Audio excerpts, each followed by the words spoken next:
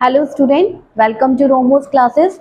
तो शुरू करते हैं आज क्लास 12 इलेक्ट्रोकेमिस्ट्री।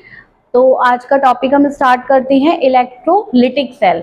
अपने लास्ट वीडियो में हम लोगों ने पढ़ा था इलेक्ट्रोकेमिकल सेल के बारे में, डेनियल सेल पढ़ा था हम लोगों ने। इस वीडियो में हम लोग करने वाले हैं कवर इलेक्ट्रोलिटिक सेल। ठीक है, तो इलेक्ट्रोलिटिक सेल क्या होता है?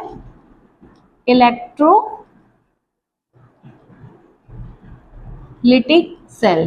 ठीक है, दो तरीके के सेल हमने इस चैप्टर में पढ़ने हैं कि पहला हमारा था इलेक्ट्रोकेमिकल सेल। इलेक्ट्रोकेमिकल सेल क्या होता है? जो केमिकल एनर्जी को कन्वर्ट करता है किसमें? इलेक्ट्रिकल एनर्जी में। ठीक है, कैसा होता है? स्पॉन्टेनियस रिडॉक्स रिएक्शन होता है। बट इन इलेक्ट्रोलिटिक सेल हमारा कैसा होता है?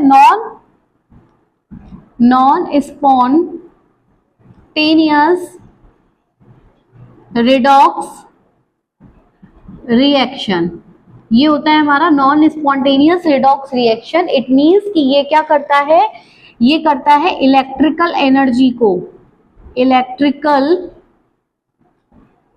एनर्जी को कन्वर्ट करता है। किसमें कन्वर्ट करता है? कन्वर्ट करता है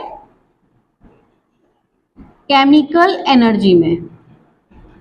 electrical energy convert into chemical energy. It means कि यहाँ हमें क्या करना पड़ता है? इस प्रोसेस में इलेक्ट्रिकल एनर्जी देनी पड़ती है। लेकिन इलेक्ट्रोकेमिकल सेल में क्या था? वहां पे क्या होता था? अपने आप जो प्रोसेस होता रहता था, यानी कि स्पॉन्टेनियसली, आपको कुछ करने की जरूरत नहीं है, अपने आप प्रोसेस स्टार्ट हो जाता था। लेकिन यहाँ आपको क्या करना पड़ेगा? इलेक्ट्रिकल एनर्जी सप्लाई करनी पड़ेगी। तो यहाँ पे जब हम बात करते हैं इलेक्ट्रोलिटिक सेल की, तो इसमें आज हम बात करेंगे एक डायग्राम के साथ इसकी। तो हम लोगों ने इलेक्ट्रोकेमिकल सेल में एक टैंक बनाया, दो टैंक बनाए थे।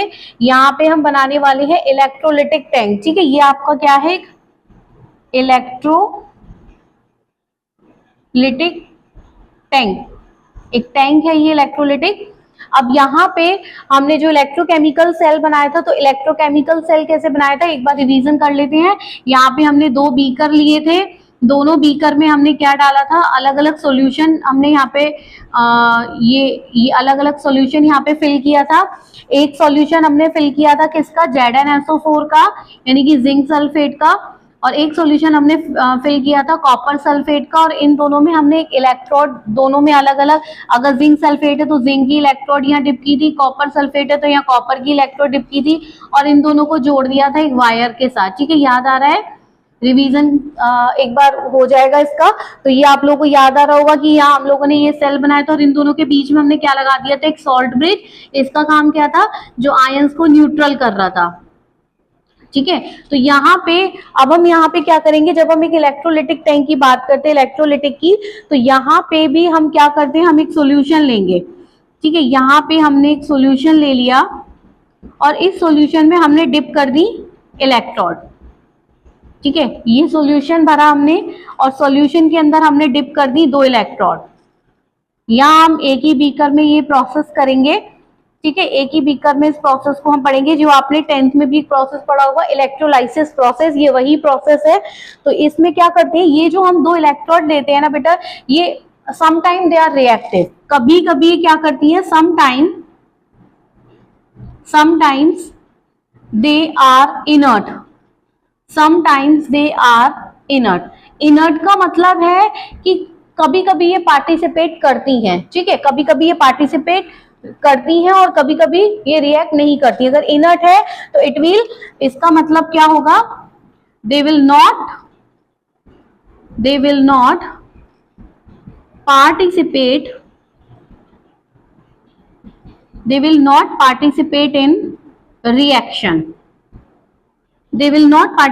इन रिएक्शन। और वो कौन सी रिएक्शन होती है? एग्जाम्पल, जैसे हमने ले लिया प्लेटिनम, सिल्वर, गोल्ड। जब हम इनकी इलेक्ट्रोड को यूज करते हैं तो क्या होता है? ये पार्टिसिपेट नहीं करती। बट समटाइम क्या होता है? दे participate. Sometime they participate in reaction, यानी कि बहुत रिएक्टिव होती हैं। कौन सी वाली रिएक्शन में होती है? जो बहुत ही ज्यादा रिएक्टिव होती हैं। अब रिएक्टिव कौन कौन से होते हैं एलिमेंट्स हमारे? Zinc, and copper. ठीक है, तो अगर जो हमने यहाँ पे जो हम यूज कर रहे हैं इलेक्ट्रोड, वो कभी अगर हम ये इलेक्ट्रोड यूज करें प्लेटिनम सिल्वर गोल्ड, तो ये क्या होता है, ये पार्टिसिपेट नहीं करती, बट समटाइम ये पार्टिसिपेट करती है अगर हमने इलेक्ट्रोड जो है वो किसका लिया है, कॉपर का या जिंक का, मतलब रिएक्टिव एलिमेंट्स का जो हमने लिया है। तो अगर हमने यहाँ पे सॉल्यूशन लिया है कॉपर सल्फेट का, यहाँ पे हमने सॉल्यूशन लिया है कॉपर सल्फेट का, तो हम इलेक्ट्रोड भी किसकी लेंगे, कॉपर की। इस बात का ध्यान रखना कि जो हम ये इलेक्ट्रोड डिप कर रहे हैं इसके अंदर, ये भी हम किसकी लेंगे, सेम ये जो सॉल्यूशन हमने बनाया कॉपर सल्फेट का, इसी की इलेक्ट्रोड डिप करेंगे। ऐसा नहीं करेंगे कि यहाँ कॉपर की इलेक्ट्रोड ले रही है और यहाँ पे हमने जो सॉल्यूशन लिया है वो जिंक सल्फेट का ले, वो नहीं कर सकते हम इसमें। तो यहाँ पे क्या होता है, अब इस वाले सेल में यहाँ पे देखिए इलेक्ट्रोकेमिकल सेल में हमने इन दोनों को किसने जोड़ा था, वायर के साथ, बट यहाँ पे हम क्या करेंगे, इन दोनों को जोड़ेंगे एक बैटरी के साथ। ठीक है, ये इसका पॉजिटिव टर्मिनल और ये इसका एक नेगेटिव टर्मिनल, ये हमने जोड़ दिया इसको एक बैटरी के साथ। ठीक है, यहाँ पे हमने जोड़ दिया इसका एक पॉजिटिव टर्मिनल और ये जोड़ दिया इसका एक नेगेटिव टर्मिनल। अब यहाँ पे क्योंकि ये पॉजिटिव वाली साइड है और ये नेगेटिव वाली साइड है, ठीक है, तो ये हमने पढ़ा था कि यहाँ पे हमारा क्या होता है कि कुछ टाइम ये कैटायंस जैसे रिएक्ट करते हैं और कुछ टाइम ये एनायंस की तरह रिएक्ट करते हैं। कैटायंस मतलब इस पे होता है हमारा पॉजिटिव चार्ज और एनायन मतलब हमारा नेगेटिव चार्ज। तो अब ये जो हमारी वाली ये वाली साइड है, इसको हम क्या बोलेंगे, एनोड। ठीक है, ये हो गया एनोड और ये हमारा क्या हो गया, कैथोड। ये हम पढ़ के आए हैं इस वाले सेल में कि ये साइड एनोड, ये साइड कैथोड। ठीक है, अब यहाँ पे ये जो एनोड है बेटा, ये एनोड वाली साइड है क्योंकि इस पे पॉजिटिव चार्ज है, तो यहाँ पे क्या है, ये सारा हमारा पॉजिटिव चार्ज है, इस पे ये पॉजिटिव चार्ज है, और ये नेगेटिव है साइड है, तो ये हमारा क्या है, नेगेटिव, इस पे हमारा नेगेटिव चार्ज है।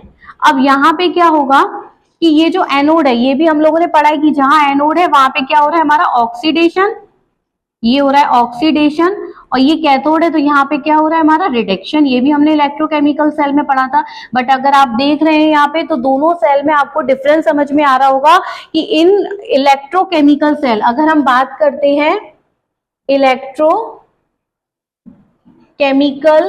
सेल, तो आपको दोनों में डिफरेंस समझ में आ रहा होगा। दोनों में डिफरेंस क्या है कि जो यहाँ पे हम यूज करा है एनोड और यहाँ पे है कैथोड, तो यहाँ आप देख रहे हो बेटा कि यहाँ पे जो एनोड है हमारा, वो हमारा कैसा है, नेगेटिव है, ये नेगेटिव है, और यहाँ पे कैसा है, पॉजिटिव है। तभी तो यहाँ से इलेक्ट्रॉन का फ्लो कैसे होता था, एनोड टू कैथोड, और करंट कैसे फ्लो होता था हमारा, कैथोड टू एनोड। बट यहाँ क्या हो गया, उल्टा हो गया, जस्ट रिवर्स हो गया कि अब यहाँ पे जो एनोड वाली साइड है वो कैसी है, पॉजिटिव, और कैथोड वाली साइड हमारी कैसी है, नेगेटिव। तो यहाँ इसका एक पहला डिफरेंस दोनों में, ये डिफरेंस बोर्ड में कभी कभी क्वेश्चन आ जाता है कि difference between electrolytic and electrochemical cell, तो ये डिफरेंस इसका बहुत मस्ट इंपॉर्टेंट डिफरेंस है। ठीक है, तो एनोड कैथोड आपको समझ में आ गया होगा कि अगर इलेक्ट्रोकेमिकल सेल की बात करें तो वहां एनोड नेगेटिव होता है, बट यहाँ पे एनोड पॉजिटिव होता है। वहां कैथोड आपका पॉजिटिव होता है, बट यहाँ पे कैथोड आपका नेगेटिव होता है। अब हम यहाँ बात करेंगे रिएक्शन की। अब इसमें रिएक्शन कैसे पार्टिसिपेट करती हैं, ठीक है, तो मान लीजिए ये कॉपर सल्फेट का सॉल्यूशन है, तो अब ये जो कॉपर है, आपको मालूम है रिएक्शन क्या बनती है कि ये जो कॉपर है हमारा, ये क्या करता है, दो इलेक्ट्रॉन्स जो होते हैं इसके, ये दो इलेक्ट्रॉन को एक्सेप्ट करके क्या बनाता है, कॉपर बनाता है। तो अब यहाँ पे क्या होगा, ये जो हमारा कॉपर वाली साइड है, अब हम इसको हटा देते हैं, कैटायन एनायन आपको समझ में आ गया होगा।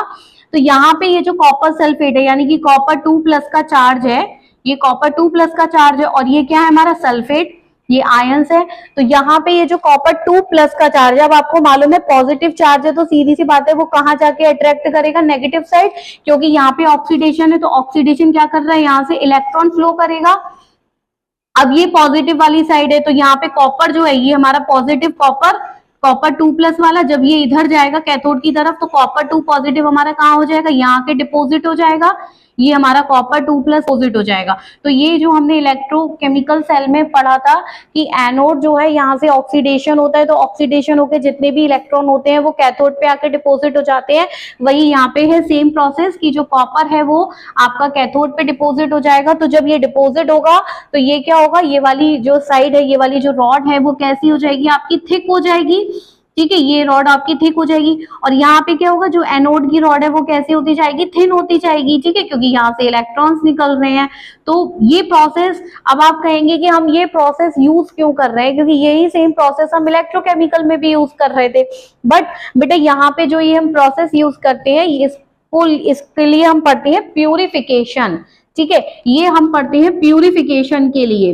प्यूरिफिकेशन के लिए हम क्यों पढ़ते हैं, जैसे जो अर्थ क्रस्ट से जो हमें जो भी मिलते हैं, हमारे मेटल्स मिलते हैं, तो वो प्योर फॉर्म में तो नहीं मिलते, उसमें कुछ डस्ट पार्टिकल होती है, कुछ एटम अलग मॉलिक्यूल्स होते हैं, तो उनको प्यूरिफाई करने के लिए हम इस प्रोसेस का यूज करते हैं।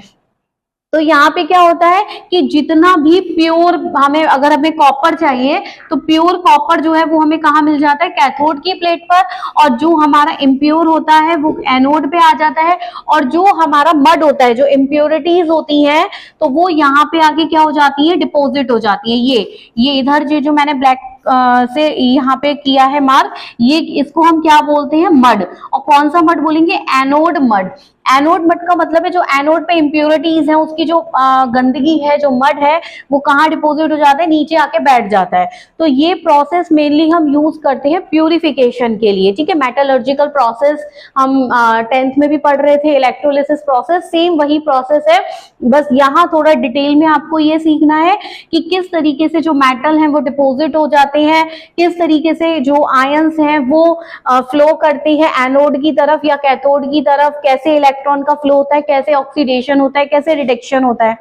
ठीक है, तो यहाँ पे मेनली हम बात करते हैं, जो आपके क्वेश्चन आते हैं इससे रिलेटेड, वो जैसे कोई भी आपको एक केमिकल रिएक्शन दे दी जाएगी, फॉर एग्जांपल अगर आपको यहाँ पे एक रिएक्शन दी जा रही है, H2 plus Cl2 gives 2HCl, तो आपसे पूछा जाएगा कि बताइए यहाँ पे H2 और Cl2 कहाँ पे है, एनोड पे है या कैथोड पे है। ठीक है, तो आपको पता है कि भाई ये Cl2 पे नेगेटिव आया, Cl2 नेगेटिव है, नेगेटिव ऑब्वियसली कहाँ जाएगा, पॉजिटिव की तरफ अट्रैक्ट होगा। तो ये जो Cl2 है ये कहाँ पे मिलेगा, एनोड पे, और जो H2 है वो कहाँ डिपोजिट हो जाएगा, कैथोड पे।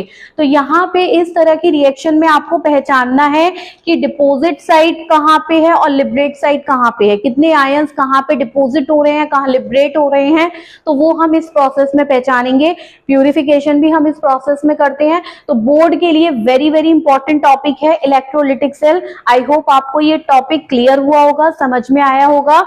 कोई भी परेशानी हो, कोई भी दिक्कत हो, आप प्लीज मुझे कमेंट में लिख के भेजिए, और पसंद आए तो वीडियो को सब्सक्राइब कीजिए और ज्यादा से ज्यादा शेयर कीजिए।